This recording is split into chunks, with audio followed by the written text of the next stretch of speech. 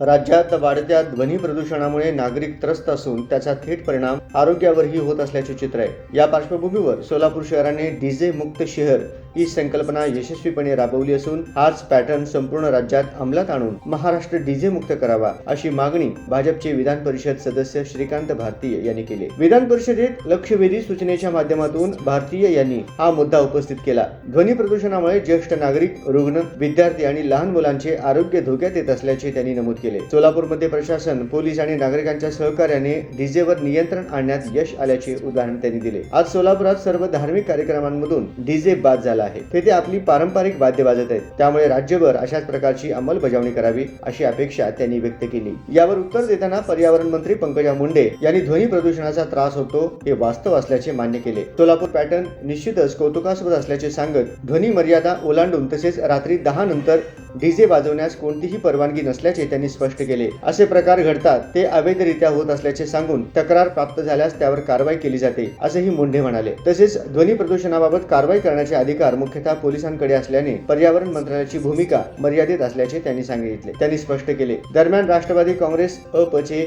आमदार अमोल मिटकरी यांनी राज्यात डीजेवर कायमस्वरूपी बंदी आणावी आणि सोलापूर पॅटर्न संपूर्ण महाराष्ट्रात राबवावा अशी ठाम मागणी केली। यावर उत्तर देताना मंत्री मुंडे यांनी मंत्रालयाकडून सक्ती करता येत नसल्याचे सांगितले। हा निर्णय समाजाने स्वतःहून घ्यायला हवा। नागरिकांनी आणि लोकप्रतिनिधींनीही जनजागृती करावी असं आवाहन त्यांनी केलं।